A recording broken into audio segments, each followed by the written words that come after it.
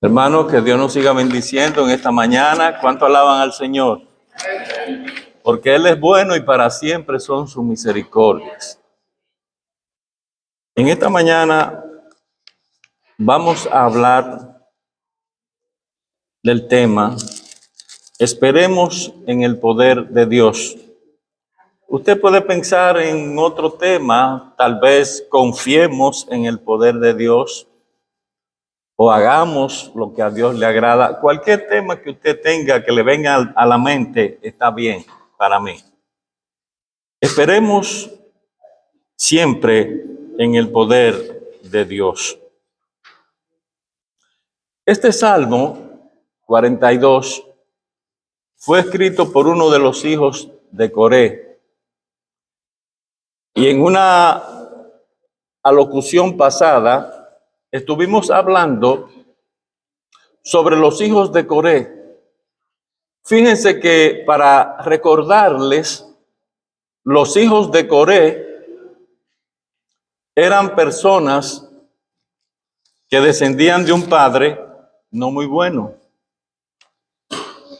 Ese padre, Coré, se opuso a Moisés, se opuso a Aarón, se opuso a las personas que Dios había elegido para dirigir a su pueblo, para hacer su voluntad. Y fíjense que llegó un momento decisivo en la vida de aquellos hombres y mujeres que estaban allí en el desierto. Dice la palabra de Dios que Moisés dijo: los que están a favor de Coré y su rebelión, Coré, Datán, Abirán y On, eran 4, en contra del siervo que Dios había puesto para dirigir la congregación. Fíjense, Moisés dijo: los que estén de acuerdo con Coré y su grupo, que vayan allí. Y los que estén de acuerdo conmigo y con Aarón y con la gente que Dios ha elegido, que vengan para este lado. Pongámonos cerca del tabernáculo de Dios. Dice la palabra de Dios que Coré arrastró alrededor de 250 personas, incluyendo familiares y amigos, lo que sea. Y Moisés oró. Y todo el mundo comenzó a alabar a Dios. Incluso dice que el grupo de Coré comenzó a decir cosas y a cantar y a levantar banderas. Pero ¿qué pasó? En un momento dado, la tierra se abrió y salió fuego de debajo de la tierra y arrasó a todos los que estaban en contra del siervo que Dios había escogido para dirigir a su pueblo. La tierra se abrió, salió fuego y se los tragó a los 250. Pero aquí hay un punto importante, y es que este salmo lo escribe uno de los hijos de Coré. Eso significa que no todos los hijos de Coré obedecieron a la rebelión de Coré. Por lo tanto, si aquí hay hijos o hay personas que me están oyendo a través del internet, hijos cuyos padres no estén haciendo algo bueno, algo para Dios, no le obedezcan. No le obedezcan, porque no podemos obedecer lo malo. Un padre le dijo a un hijo: hijo mío, haz lo bueno, no haga lo que yo hago. Y entonces, ¿dónde está el ejemplo? La gente de Coré, algunos se fueron para el lado de Moisés. ¿Y qué pasó? Que Dios los usó para la alabanza en el pueblo de Israel. ¿Cuánto alaban al Señor? Este que escribió este salmo dice que se gozaba en ir con el pueblo en alabanza para la honra y la gloria del Señor. ¿Cuánto alaban al Señor? Y él escribe desde el exilio, porque estaba exiliado con los gentiles en otra parte de Asia. Dice la palabra que él decía: como el ciervo brama por las corrientes de las aguas, así clama por ti, oh Dios, el alma mía. Bueno, los que saben de esto dicen que el ciervo, que es un animal, cuando está sediento y hambriento, expele unos sonidos que son, digamos, tristes, unos sonidos como que diciéndole a las gentes, yo quiero agua o yo quiero comida, pero es un bramido terrible que la gente, ya los israelitas y personas donde hay siervos, pues ellos saben que ese siervo anda buscando agua o comida. Y fíjense ustedes, el deseo de su corazón era buscar de Dios, así como el siervo busca el agua y la comida. ¿Cuánto alaban al Señor?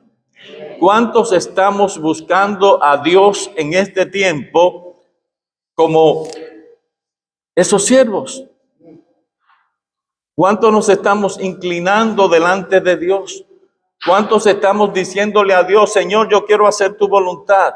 No, Señor, yo quiero hacer la voluntad mía y después, si me sobra tiempo, hago la tuya.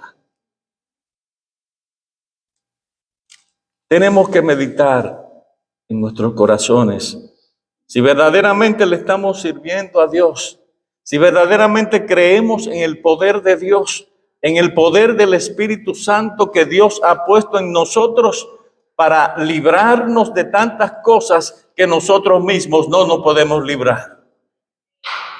Hermanos, como el siervo brama, con un bramido particular, diciendo, yo necesito agua, nosotros podemos decir, yo necesito ese baño del Espíritu Santo en mi vida. ¿Cuánto alaban al Señor? Porque sí, cuando una persona recibe a Cristo como Salvador, esa persona recibe al Espíritu Santo como persona de Dios en su vida. Pero después de eso hay un crecimiento y ese crecimiento se llama la santificación. Nosotros nos vamos santificando a medida que vayamos haciendo, como algún hermano dijo, los ejercicios espirituales. Orar, leer la Biblia, adorar a Dios en todos los momentos que nos sea posible. Cuando yo manejo, yo oro. Ahora, no oro con los ojos cerrados, para que lo sepan. Así es que si alguien me ve por ahí, no me va a ver con los ojos cerrados. Yo oro, pero oro en mi mente y en mi corazón, ¿verdad? Pero qué bueno es buscar a Dios de esa manera, clamar a Dios. Cuando estamos en momentos buenos, alabamos a Dios. Cuando estamos en momentos difíciles, clamamos a Dios. El clamar a Dios es algo que se va un poquito más allá del pedir. Es un clamor, es algo que necesitamos a veces de inmediato. Y este hombre exiliado, no sé si era que estaba enfermo o era que le prohibían salir de donde estaba, pero él decía, cómo yo me gozaba llevando grupos de personas a adorar y a glorificar el nombre de Dios. ¡Qué bueno! Nosotros nos alegramos cuando traemos una persona a la iglesia a buscar del Señor, que oiga la palabra de Dios. Nosotros nos alegramos cuando una persona recibe a Cristo como Salvador. Debemos alegrarnos cuando una persona recibe al Señor como Salvador. ¿Por qué? Porque esa persona, dice la palabra, que cuando una persona se convierte al Señor, ha pasado de muerte a vida. ¿Cuánto alaban al Señor? Alábelo, hermano, que Él vive. Ha pasado, Señor, de muerte a vida. Es decir, que ya no está condenado, sino que ya está salvo por haber creído en Cristo. Amén. Clamar a Dios. Nos acordamos del apóstol Pedro. El apóstol Pedro salió con los otros discípulos en una barca, pero el Señor no estaba con ellos. Y en un momento dado comenzó una tormenta. Y entonces ya había oscurecido.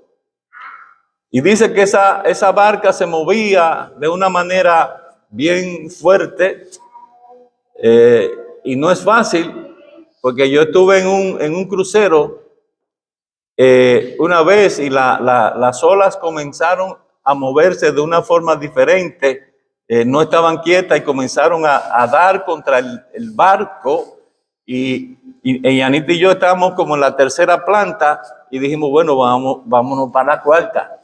Y nos fuimos para la cuarta. Digo, bueno, entonces siguió el problema y veíamos esas olas que daban contra vamos a decir, las ventanas del barco. Y dijimos, pues, vámonos para la quinta. Y así seguimos subiendo y llegamos como hasta las 10, porque era un barco que tenía, creo que era 14 plantas, 14 niveles, y tenía un ascensor también para, si uno tenía que subir más rápido, subir por el ascensor. Pero los discípulos no. Los discípulos andaban en una barquita, ¿verdad?, de la que se fabricaba en ese tiempo. Y en un momento dado dice la palabra de Dios que Pedro y los discípulos vieron como un fantasma que se acercaba. Había una teoría, según dicen algunos escritores e investigadores de ese tiempo, que cuando unos marineros o alguien que andaba en el mar veía un fantasma, eso significaba realmente la muerte. Eso significaba que la embarcación y los que andaban ahí se iban a perder. Entonces, a ellos le entró un miedo terrible, y dice la palabra de Dios que el Señor le dijo, no temáis. Y Pedro le dijo, si eres tú, Señor, haz que yo vaya y camine hacia ti. Porque Pedro era un hombre avesado, era un hombre dispuesto. Así como un hermano que yo conozco, que cuando no hay algo que hacer por aquí, él viene y me dice, pastor, ¿qué usted necesita? Así que me gusta, vamos a decir, tratar con ese hermano. Entonces, Pedro le dijo, yo quiero ir a ti. Dice el Señor, pues ven. Y comenzó Pedro muy bien a caminar sobre las aguas. Pero estaba la tormenta todavía. Y dice la palabra de Dios que Pedro comenzó a hundirse porque quitó la vista de Cristo y la puso en la tormenta. Muchas veces nosotros hacemos lo mismo. Quitamos la vista de Cristo y la ponemos en la tormenta. Muchas veces vienen problemas grandes, fuertes a nuestras vidas, pero no podemos dejar de mirar a Cristo. Dice la palabra de Dios que Él nos hizo y no nosotros a nosotros mismos. Pueblo suyo somos y ovejas de su prado. Dice que entremos por sus puertas con alabanza, con acción de gracias, con regocijo, para que el Señor nos pueda ayudar en todas las cosas que hacemos. Gloria a Dios. Mi alma tiene sed de Dios, dice la palabra. Mi alma tiene sed del Dios vivo. Aleluya. Y él proclama, ¿cuándo vendré y me presentaré delante de Dios? ¿Cuándo vendré y me presentaré delante de Dios? A veces se nos pasan días sin orar. A veces se nos pasan días sin leer la Biblia. A veces se nos pasan días sin decirle una palabra de amor a alguien que tenemos cerca. A veces somos tan, vamos a decir, aceptamos las cosas tal como son, que por ejemplo a nuestra esposa o a nuestro esposo no le decimos unas palabras de gracias y de amor y de esto, porque bueno, ya la tengo, ya lo tengo, ya es mío, ya no necesito más.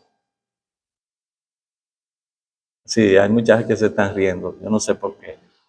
Pero, hermanos, tenemos que tener esa sed de Dios. Y él decía, ¿cuándo vendré y me presentaré delante de Dios? Y para ellos, presentarse delante de Dios era ir al templo. Nosotros venimos al templo a presentarnos delante de Dios, pero también lo podemos hacer en nuestra casa, podemos hacerlo en la calle, podemos hacerlo donde sea, presentarnos delante de Dios. Pero él agrega, fueron mis lágrimas, mi pan, de día y de noche, mientras me dicen todos, ¿dónde está tu Dios? ¿Dónde está tu Dios? Comenzaron a cuestionarlo, porque muchas personas piensan que cuando uno se arrepiente y cree en el Señor Jesucristo como Salvador, muchas personas creen que no le va a pasar más nada de ahí en adelante, que todo va a ser gloria. Pero hermanos, todavía estamos en la tierra, y lo que la palabra dice es que habían dos casas, una estaba fundada sobre la roca y otra estaba fundada sobre la arena.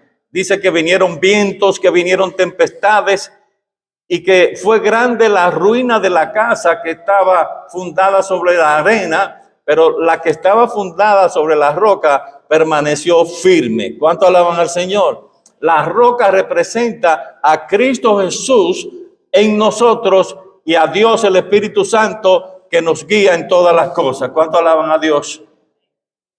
Esa roca no cayó. Esa casa no cayó porque estaba edificada sobre la roca. ¿Dónde está edificada nuestra casa espiritual? Es una pregunta. ¿Dónde está edificada nuestra casa espiritual? ¿Está edificada en todo el dinero que tenemos en el banco? ¿Está edificada en nuestra casa, a lo mejor bien lujosa, con todas las cosas que necesita? ¿Está edificada en nuestra familia? ¿Dónde está edificada nuestra casa espiritual? Si está edificada en la roca de los siglos, yo les aseguro que nunca caerá. ¿Cuánto alaban al Señor? Esa casa espiritual suya va a permanecer para siempre hasta el día que Cristo Jesús venga a buscarnos a este mundo. ¿Cuánto le alaban? Aleluya. ¿Cuánto creen que el Señor viene pronto a buscar a su pueblo? Yo lo creo, yo lo creo. Gloria a Dios. En San Mateo, en el capítulo 8, lo pueden buscar después o ahora si quieren, del verso 5 al 13, dice que había un centurión romano, un centurión que estaba, vamos a decir, en el momento en que el Señor Jesucristo pasaba por allí. Y dice que el centurión vino a Jesús y le dijo, Señor, sana a mi siervo que está para morir. Y entonces el Señor le dijo, sí, yo voy a ir a tu casa. Voy a ir a tu casa a orar por él.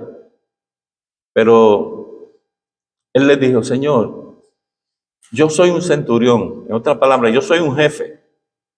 Y si le digo a este va, va. Y si le digo a este viene, viene. Y me obedece. Di la palabra y mi siervo sanará. ¿Cuánto alaban al Señor? Dice el Señor, la verdad, que ni aún en Israel he hallado tanta fe. Qué importante es cuando nosotros podemos creer como este hombre, porque la fe es la certeza de lo que se espera y la convicción de lo que no se ve. Por lo tanto, usted no está viendo el milagro, pero se lo está presentando a Dios para que lo haga. Y tarde o temprano ese milagro vendrá. ¿Cuánto alaban al Señor? Santo es el Señor, aleluya. Hermanos, y dice la palabra que ese siervo fue sanado en aquella misma hora. Solo por la palabra del Señor. Y el Señor no está muerto, hermano. Él dice la palabra que Él al tercer día resucitó de la tumba. ¿Cuánto alaban al Señor? Y se sentó a la diestra de Dios para interceder por cada uno de nosotros. Y a los 50 días de eso, mandó el Espíritu Santo sobre los 120 que estaban allí reunidos. ¿Cuánto alaban al Señor? Así que hay pruebas indubitables de que el Señor Jesucristo resucitó y que está sentado a la diestra de Dios intercediendo por cada uno de nosotros. ¿Cuántos están contentos por eso? Porque el Señor está intercediendo delante del Supremo Dios por cada uno de nosotros. Gloria a Dios. El escritor había dirigido personas a la alabanza al Señor. Y él decía en el Salmo 42 que leímos de la siguiente manera. Él decía en el verso 5, ¿por qué te abates, oh alma mía? ¿Y por qué te turbas dentro de mí? Espera en Dios, porque aún he de alabarle, salvación mía y Dios mío. ¿Cuánto alaban al Señor? Aún he de alabarle, salvación mía y Dios mío. Qué importante es la alabanza. La alabanza no tiene que ser por un grupo de alabanza como el que se pone aquí delante. Esa es una parte y ese es un sistema, un modelo de alabanza. Pero la alabanza verdadera nace del corazón de cada cristiano. ¿Cuánto alaban al Señor? Aquí pueden haber personas que vengan a cantar y realmente no estén alabando a Dios con todo su corazón y quizás están pensando en la yuca, en los plátanos que dejaron puestos allá en su casa. Pero la alabanza viene de un corazón agradecido, ¿verdad? Agradecido a Dios. Y este hombre dice que él no se olvidaría de la alabanza al Señor. Fíjense que hay un rey que se llamaba Josafat. Dice la palabra de Dios que los moabitas, los idumitas, estaban en contra de Israel. Y me faltó uno, el monte de Seir. ¿Saben que el monte de Seir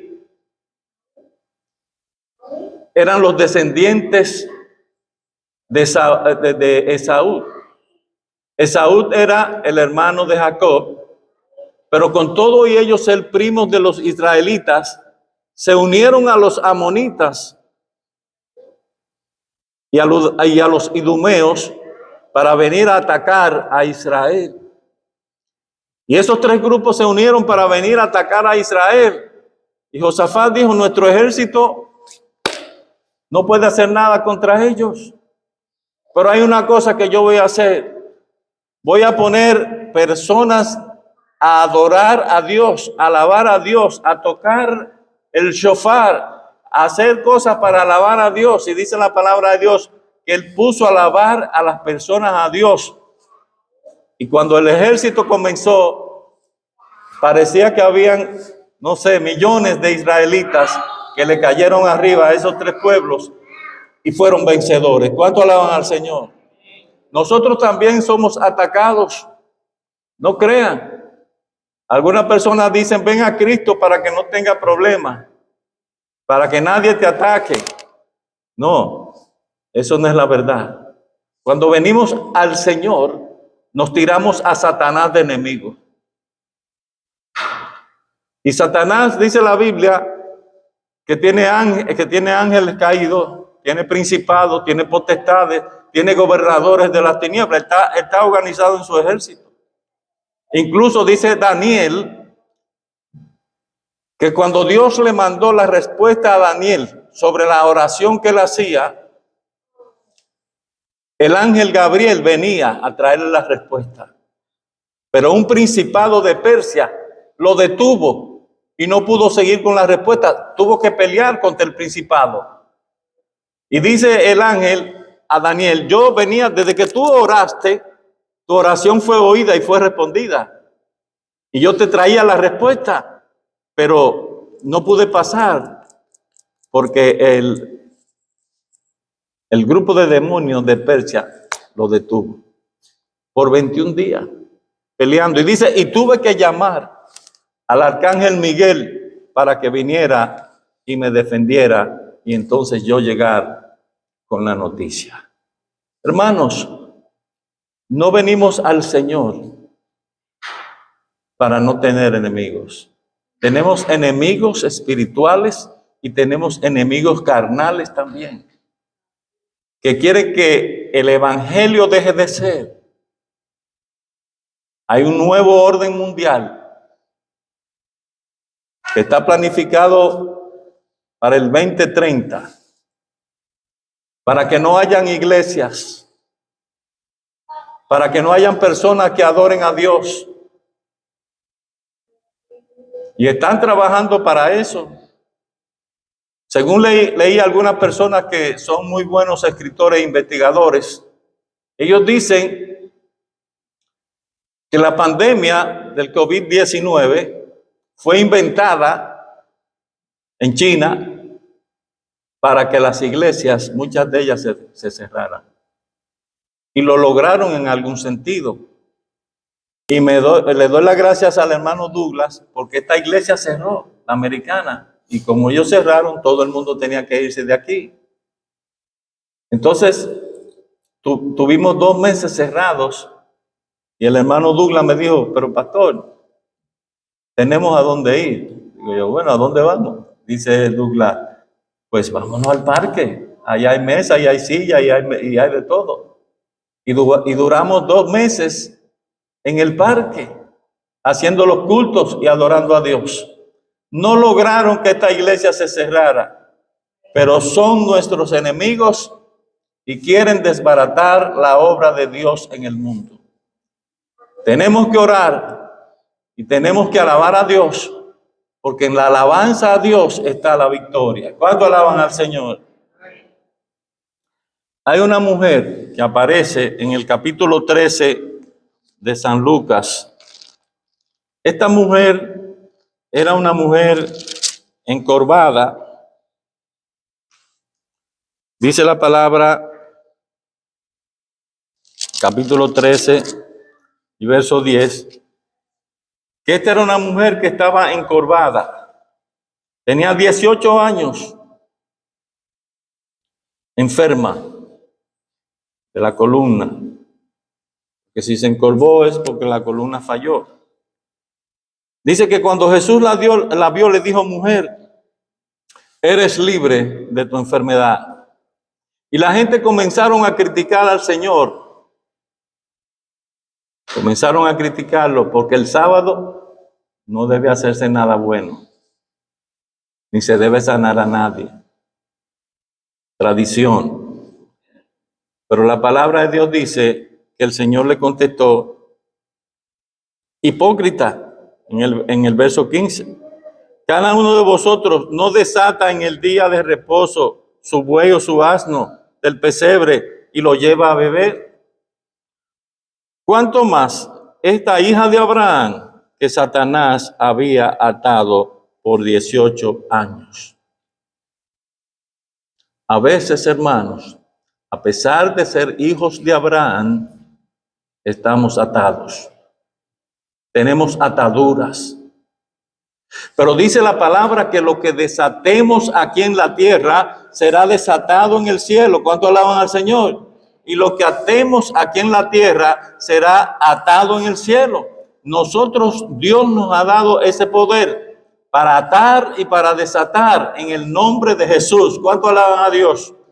Y dice la palabra que esta mujer era una hija de Abraham. Vamos a Gálatas, al capítulo 3 y al verso 6. A ver qué dice Gálatas, capítulo 3 y verso 6. Dice, así Abraham creyó a Dios y le fue contado por justicia. Sabed, por tanto, que los que son de fe, estos son hijos de Abraham. Entonces, esta mujer que el Señor sanó era una mujer de fe. Por lo tanto, ella era una hija de Abraham y el diablo la había azotado por 18 años. A veces el enemigo nos azota y nos dice cosas. Bueno, él tentó a Jesús siendo Dios y lo puso supuestamente a dudar. Es decir, con esto yo lo voy a poner a dudar. Si tú eres hijo de Dios, un sí condicional. Si tú eres hijo de Dios, di que estas piedras se conviertan en pan. En otras palabras, puede ser que tú no seas hijo de Dios. ¿No nos dice eso muchas veces a nosotros el enemigo? Ah, pero tú eres hijo de Dios. ¿Por qué tú hiciste esto? Olvídate que tú no eres hijo de Dios, nada. Y todos somos pecadores. Pero cuando pecamos, dice la palabra de Dios, que abogado tenemos para con el Padre a Jesucristo el justo. ¿Cuánto alaban al Señor? ¿Cuánto alaban al Señor? Gloria a Dios. En esta mañana, si usted tiene una carga, cualquiera que sea, carga de enfermedad, carga económica, carga de personas que le están haciendo la vida imposible, carga de personas que posiblemente vengan a martirizarle la vida. Bueno, la carga que sea en esta mañana puede ser quitada por el Espíritu Santo de Dios. ¿Cuánto le alaban? No hay problema que Dios no pueda resolver. Ni hay montaña tan alta que Él no pueda mover. No existe oscuridad que Él no pueda alumbrar, ni tormenta tan grande que Él no pueda calmar. Si Él llevó la maldad de este mundo sobre sus hombros, ¿es difícil que te ayude a ti? No. Dios te va a ayudar. ¿Cuánto alaban al Señor en esta mañana? Mientras el grupo canta la canción, si hay alguien que quiera pasar a buscar del Señor, a poner sus problemas en las manos de Dios, esta es una mañana gloriosa para que podamos decirle al Señor, heme aquí, aquí estoy delante de ti. Y si alguien no ha recibido a Cristo como Salvador en esta mañana, sea aquí o sea por el internet, lo puede hacer confesando sus pecados al Señor. Voy a hacer una oración primera. Si alguien quiere recibir a Cristo como Salvador, puede repetir esta oración conmigo. Amante Dios, Padre de nuestro Señor Jesucristo y Padre de todos los que han creído en ti, en el nombre de Jesús vengo a ti, reconociendo que soy pecador y que solamente creyendo en tu sacrificio en la cruz del Calvario puedo tener salvación y vida eterna. Recíbeme como tu hijo en esta mañana. Inscribe mi nombre en el libro de la vida para tener esa salvación tan grande que tú nos has ofrecido. Te recibimos, Señor, en nuestros corazones, en el nombre de Jesús. Amén y amén. Y si alguien más quiere pasar para buscar oración, para buscar que Dios sea el que dirija su vida, puede hacerlo. Porque a pesar de muchas personas ser cristianas, no están dejando que sus vidas sean dirigidas por Dios. Las dirigen ellos mismos. Y queremos que pasen por aquí a orar, hermanos.